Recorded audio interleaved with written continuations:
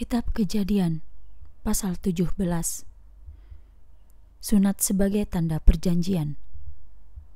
Ketika Abram berumur 99 tahun, Tuhan menampakkan diri kepada Abram dan berkata kepadanya, "Akulah Allah yang Maha Kuasa, hiduplah di hadapanku tanpa cela.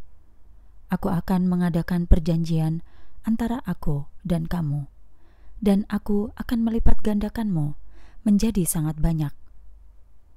Lalu Abram tersungkur dengan wajahnya, dan Allah berfirman kepadanya, "Dari pihakku, lihatlah, perjanjianku adalah denganmu. Kamu akan menjadi bapa dari banyak bangsa. Kamu juga tidak akan disebut Abram lagi, melainkan Abraham, karena aku telah menjadikanmu bapa dari banyak bangsa. Aku akan membuat keturunanmu sangat banyak. Aku akan menjadikanmu bangsa-bangsa, dan raja-raja akan muncul darimu. Aku akan meneguhkan perjanjian antara aku dan kamu, dan keturunan-keturunan sesudahmu dalam generasi mereka, untuk suatu perjanjian yang kekal, yaitu aku akan menjadi Allah bagimu dan bagi keturunan-keturunan sesudahmu.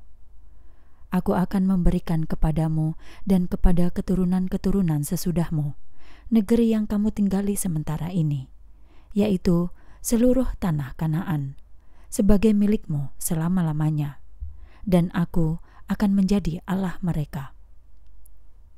Lalu Allah berkata kepada Abraham, "Untukmu, kamu harus memegang teguh perjanjianku, kamu dan keturunan-keturunan sesudahmu dalam generasi mereka.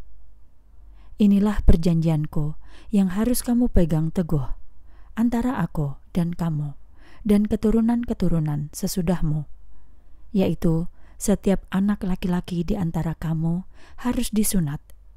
Kamu harus memotong kulit khitanmu, dan itu akan menjadi tanda perjanjian antara aku dan kamu. Setiap bayi laki-laki yang berumur 8 hari dalam keturunanmu juga harus disunat, baik yang lahir di rumahmu maupun yang kamu beli dari orang asing, yaitu mereka yang tidak termasuk dalam keturunanmu. Jadi, baik yang lahir di rumahmu maupun yang dibeli dengan uangmu, mereka harus disunat. Dengan begitu, perjanjianku ada dalam dagingmu sebagai perjanjian yang kekal. Namun, laki-laki yang tidak disunat, yaitu yang kulit khitannya tidak dipotong, dia harus disingkirkan dari bangsanya, sebab dia telah mengingkari perjanjianku." Janji Allah mengenai Ishak. Kemudian Allah berfirman kepada Abraham, "Mengenai istrimu Sarai, kamu tidak akan memanggilnya Sarai lagi, melainkan Sarah. Itulah namanya. Aku akan memberkatinya dan akan memberikan anak laki-laki kepadamu melalui dia. Aku akan memberkatinya sehingga dia akan menjadi ibu dari bangsa-bangsa, dan raja-raja banyak bangsa akan berasal darinya." Lalu Abraham tersungkur dengan mukanya sampai menyentuh tanah, dan tertawa sambil berkata dalam hatinya, "Mungkinkah seorang anak dilahirkan bagi dia yang berumur 100 tahun? Mungkinkah Sarah yang berumur 90 tahun melahirkan anak?" Lalu berkatalah Abraham kepada Allah, "Oh, biarlah Ismail diperkenankan hidup di hadapanmu." Akan tetapi Allah berfirman, "Sungguh, Sarah istrimu akan melahirkan anak laki-laki bagimu, dan kamu akan menamainya Ishak.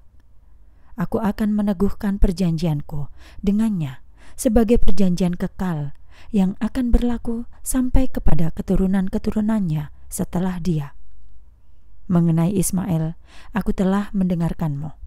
Lihatlah, aku telah memberkatinya, membuatnya beranak cucu, dan akan melipat gandakannya menjadi sangat banyak. Darinya akan lahir 12 raja, dan aku akan menjadikannya bangsa yang besar. Namun, aku akan meneguhkan perjanjianku dengan Ishak, yang akan dilahirkan Sarah bagimu pada waktu seperti ini tahun depan." Setelah selesai berfirman kepada Abraham, pergilah Allah dari Abraham.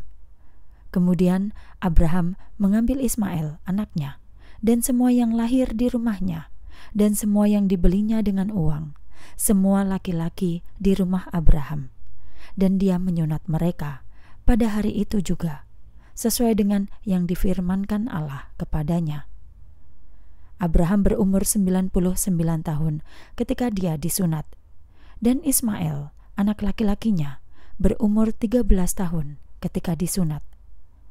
Abraham dan anak laki-lakinya disunat pada hari yang sama. Semua laki-laki yang berada di rumah Abraham, baik yang lahir di dalam rumahnya maupun yang dibelinya dari orang asing, disunat juga bersama-sama dengannya.